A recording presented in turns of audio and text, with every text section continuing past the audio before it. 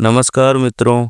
तो रिसेंटली पाकिस्तान ने Donald Trump को नोबेल पीस प्राइज के लिए नॉमिनेट किया है। तो चलिए शुरू करते हैं the story of Nobel prize, जिसमें हम बात करेंगे नोबेल प्राइज की हिस्ट्री की, इसके नॉमिनेशन प्रोसेस की, देन फाइनल सिलेक्शन कैसे होता है, और लास्ट में हम देखेंगे कि इसमें क्या कमियां हैं और इसे कैसे बेहतर बनाया जा सकता है। तो सबसे पहले ये कुछ रिसेंट न्यूज़ देखिए। Former Congressman Matt Gaetz threw out an interesting idea suggesting that if you were to broker a deal where nuclear inspectors go into both Israel and Iran, that you could win a Nobel Peace Prize, and they might even rename it the Trump Peace Prize. Did you hear those? What do you think of that? Well, they should give me the Nobel Prize for Rwanda and if you look the Congo, or you could say Serbia, Kosovo, you could say a lot of them. You could say, the big one is India and Pakistan. I should have gotten it 4 or 5 times. I should get it for I would think the Abraham Accords would be a good one too. Well, what do you They think of won't that give me a idea? Nobel Peace Prize because they only give it to liberals. मित्रों, the Hindu के article में बताया गया है कि पाकिस्तान ने Trump को Nobel peace prize के लिए नॉमिनेट किया है for leadership during India Pakistan conflict. वहीं इंडियन एक्सप्रेस का आर्टिकल सेम बात को रिपीट कर रहा है जो हमने अभी पीछे ट्रंप की वीडियो में देखा था, जिसमें ट्रंप कह रहे हैं कि चाहे वो कितना ही अच्छा क्यों ना कर ले, उन्हें कभी नोबेल पीस प्राइज फिर भी नहीं मिल पाएगा। मित्रों, ये कुछ मीम्स हैं जहां इनको सपने में भी बस नोबेल प्राइज ही दिख रहा है। खैर, आज यूएसए ने ईरान पर जो B-2 बॉम्बर से बम गिराए, उसके बाद इनका सपना ही रह जाए, इसकी संभावनाएं ज़्यादा बढ़ती दिख रही है। मित्रों, अब बात करते हैं नोबेल प्राइज की शुरुआत कैसे हुई। तो स्वीडन के अल्फ्रेड नोबेल नाम के एक रसायन वैज्ञानिक, जिन्होंने डायनामाइट का आविष्कार किया था, उन्होंने 1895 में अपनी अंतिम इच्छा के रूप में लिखा कि उनकी संपत्ति को इन्वेस्ट कर दिया जाए और उस इन्वेस्टमेंट से जो भी इंटरेस्ट यानी ब्याज प्राप्त हो, उसको 5 इक्वल भागों में बांट दिया जाए। फिजिक्स, केमिस्ट्री, मेडिसिन, इन तीनों क्षेत्रों में उस वर्ष के सर्वश्रेष्ठ खोजकर्ता को, फिर साहित्य के क्षेत्र में बेस्ट रचना को, और अंतिम नोबेल पीस प्राइज उस व्यक्ति या संस्था को जो या तो पीस प्रमोट कर रहा हो, या आर्मीज को कम करवा रहा हो, या अंतर्राष्ट्रीय भाईचारा बनाने में मदद कर रहा हो। इसी के साथ उन्होंने तय किया कि कौन सी संस्थाएं किस प्राइज को प्रदान करेगी।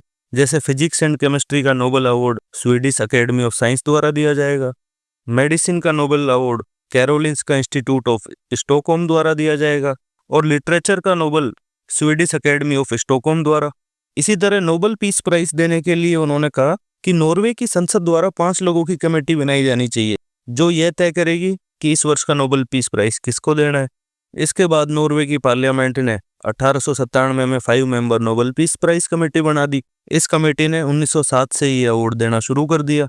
अभी तक कुल 105 बार और 142 नोबेल वितरित किए जा चुके हैं, जिनमें से 111 तो व्यक्तियों को और 31 संस्थानों को ये अवार्ड मिल चुका है। रविंद्रनाथ टैगोर ये अवार्ड पाने वाले एशिया के फर्स्ट व्यक्ति थे। इनको 1913 में नोबेल पीस प्राइज मिला था। इसके अलावा रेड क्रॉस को अभी तक हाईएस्ट 3 बार नोबेल पीस प्राइज मिल चुका है। यह संस्था युद्ध, नेचुरल डिजास्टर या महामारी, इनके दौरान विश्व भर में मदद का कार्यक्रम चलाती है। मित्रों, इस खंड में हम जानेंगे कि आखिर इसकी नॉमिनेशन प्रोसेस है क्या, कि पाकिस्तान जैसा नीच निकम्मा देश भी इसमें लोगों को नॉमिनेट कर पा रहा है। तो मित्रों, नोबेल फाउंडेशन ने एक क्वालिफाइड पर्सन्स की लिस्ट बना रखी है, जिसमें सभी राष्ट्रों के हेड, उनके मंत्रीगण, उनके सांसदगण, प्रमुख न्यायाधीश, लॉ एंड सोशल साइंस के प्रमुख प्रोफेसर्स और पिछले नोबेल विजेता, ये सब सम्मिलित रहते हैं। इनमें से कोई भी व्यक्ति 1 फरवरी तक किसी भी व्यक्ति को नॉमिनेट कर सकता है। नोबेल कमेटी के 5 सदस्य पूर्ण रूप से स्वतंत्र होकर कार्य करते हैं, और जो भी नॉमिनेशन उनको प्राप्त हुए हैं उनको अगले 50 वर्षों तक सील कर दिया जाता है। अर्थात ना तो नॉमिनी की आइडेंटिटी रिवील होती है, और कमेटी ने किस वजह से उनको सेलेक्ट किया या किस वजह से सेलेक्ट नहीं किया, इस बात का भी कोई कारण नहीं दिया जाता। अब मित्रों, आपको एक फन फैक्ट बताता हूँ। 1939 में स्वीडिश पार्लियामेंट के एक सांसद थे E.G.C. ब्रैंड। उन्होंने आयरोनिकली एडोल्फ हिटलर को नोबेल पीस प्राइज के लिए नॉमिनेट कर दिया था। उन्होंने मजाक में कहा कि पिछले साल हिटलर ने जो म्यूनिख एग्रीमेंट साइन किया और बिना युद्ध के चेकोस्लोवाकिया का कुछ भाग कब्जा लिया, तो ये यूरोप में पीस मेंटेन करने का एक प्रयास है। उन्होंने तो हिटलर को God given fighter for peace और prince of peace on earth इन नामों से भी संबोधित किया था।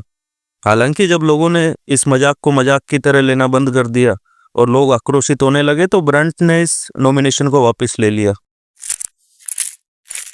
मित्रों, इस खंड में हम नॉमिनेशन पूरे होने के बाद फाइनल सिलेक्शन कैसे किया जाता है इस बिंदु पर बात करेंगे। तो 2 फरवरी को जैसे ही नॉमिनेशन क्लोज हो जाते हैं उसके तुरंत बाद कमेटी के 5 मेंबर्स एक मीटिंग करते हैं और मोटे तौर पर 20-30 नाम फाइनल कर लेते हैं। फिर अगले 6-7 महीने तक इन 20-30 लोगों पर अच्छे ढंग से रिसर्च की जाती है और फिर इनमें से कुछ नाम शॉर्टलिस्ट किए जाते हैं।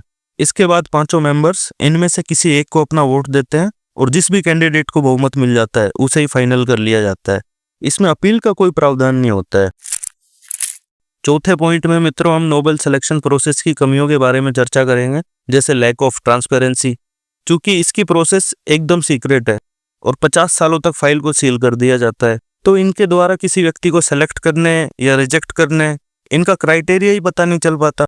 इसके अलावा इनके वोटिंग रिजल्ट्स भी किसी को नहीं पता रहते, तो इससे बायसनेस की संभावनाओं पर सवाल उठ जाते हैं। मित्रों, सेकंड क्रिटिसिज्म आता है कि अल्फ्रेड नोबेल की अंतिम इच्छा से भटकाव देखने को मिल रहा है।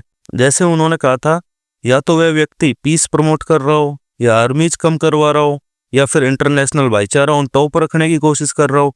लेकिन अभी रिसेंट के कुछ अवार्ड्स उन लोगों को दिए गए हैं जो इनमें से किसी कैटेगरी में फिट नहीं बैठते। उन्होंने सिर्फ ह्यूमन राइट्स के क्षेत्र में काम करने, पर्यावरण का क्षेत्र या डेमोक्रेसी मूवमेंट, इनके बेस पर ही नोबेल प्राइज जीत लिया। जैसे Malala Yousafzai, she was focused on human rights only. आंग सान सू की, she was focused on democratic establishment. IPCC यानी inter governmental panel on climate change, Maria रेसा थी, वो प्रेस फ्रीडम पर फोकस्ड थी। तो कुल मिलाकर ये सब चीज़ें पीस की ब्रॉडर इंटरप्रिटेशन में तो आती है, लेकिन अल्फ्रेड नोबेल के specific intent to reward who directly reduce military, building international brotherhood, इन सब क्राइटेरिया से थोड़ा डेविएट या विचलित होते नजर आ रहे हैं। तीसरा और सबसे मेन क्रिटिसिज्म है कि नोबेल कमेटी कई बार व्यक्तियों की पीस बढ़ाने, मिलिट्री कम करने इत्यादि प्रूवन उपलब्धियों के बिना ही उनकी आकांक्षाओं या वादों के बेस पर ही काफ़ी जल्दी उन्हें पीस प्राइज दे देती है। जैसे ओबामा को प्रेसिडेंट बने हुए 8-9 महीने भी नहीं हुए थे कि उनकी डिप्लोमेसी, डिसआर्मामेंट जैसे एस्पिरेशनल गोल्स के बेस पर ही उनको ये अवार्ड दे दिया। लेकिन बाद में उन्होंने अफगानिस्तान से लेकर इराक, पाकिस्तान जैसी कई जगहों पर मिलिट्री प्रेजेंस, वॉर्स, इन सबको बढ़ावा दिया था। इसके बाद बात करते हैं आंग सान सू की, तो उनको 1991 में नोबेल पीस प्राइज मिला था, जब वो human rights and democracy movement के बेस पर हाउस अरेस्ट होकर नॉन वॉयलेंट प्रोटेस्ट कर रही थी। लेकिन जब वो म्यांमार में 2016 से 2021 तक सुप्रीम लीडर बनी, तो उसी ने 2017 में रोहिंग्या माइनॉरिटी के खिलाफ मिलिट्री एक्शन ले लिया। It was a clear genocide, ये बात UN ने भी कही थी। इसके बाद लोगों ने नोबेल पीस प्राइज वापस लेने की बात कही, बट नोबेल कमेटी ने जवाब दिया कि नोबेल प्राइज के सिलेक्शन के समय तक उस व्यक्ति ने क्या किया है इस बेस पर अवार्ड दिया जाता है, ना कि उसके फ्यूचर एक्शंस प्रेडिक्ट करके। मित्रों, आयरनी की बात है, गांधी जी को 1937, 1938, 1939, 1947 और 1948 यानी कुल 5 बार नॉमिनेट किया गया था, बट उनको कभी भी अवार्ड नहीं दिया गया। जबकि US प्रेसिडेंट रूजवेल्ट को नोबेल पीस प्राइज मिला था, और रूजवेल्ट तो भाई जाना माना मिलिटरिस्ट था। इसके अलावा इस 5 मेंबर कमेटी पर सबसे बड़ा आरोप ये लगता है कि इनकी choices liberal, pro western reasons इन सब की ओर झुकी हुई है। इस पर वेस्टर्न बायसनेस, यूरोपवाद यानी यूरोसेंट्रिज्म, इनके जैसे आरोप भी लगते रहते हैं। तो मित्रों, इस लास्ट सेक्शन में हम नोबेल कमेटी में क्या सुधार किए जा सकते हैं इस मुद्दे पर चर्चा करेंगे। जैसे कि इस कमेटी को पॉलिटिकल प्रेशर फ्री रहना आवश्यक है, तो बेहतर है कि नॉर्वे की सरकार या पॉलिटिकल पार्टीज इस पीस प्राइज के सिलेक्शन प्रोसेस में कोई इन्फ्लुएंस ना कर पाए। इसके अलावा कुछ हद तक ट्रांसपेरेंसी भी जरूरी है, जैसे कैंडिडेट्स को रिजेक्ट या सिलेक्ट करने के रीजंस पब्लिश करने चाहिए, ताकि पब्लिक को इनकी चॉइसेस समझने में मदद मिल सके। मित्रों, अंतिम बिंदु अगेन वही सेल्फ एक्सप्लेनेटरी है कि पीस प्राइज उस व्यक्ति को मिले जो सही में युद्ध विराम या युद्ध समाप्ति, डिसआर्मामेंट, इन सब जैसे कार्यों में लिप्त हो। इससे नोबेल कमेटी के ऑफ ट्रैक होने की आलोचना को क्लियर काउंटर किया जा सकता है। तो मित्रों, इसी के साथ इस वीडियो को समाप्त करते हैं। मिलते हैं नेक्स्ट वीडियो में। धन्यवाद।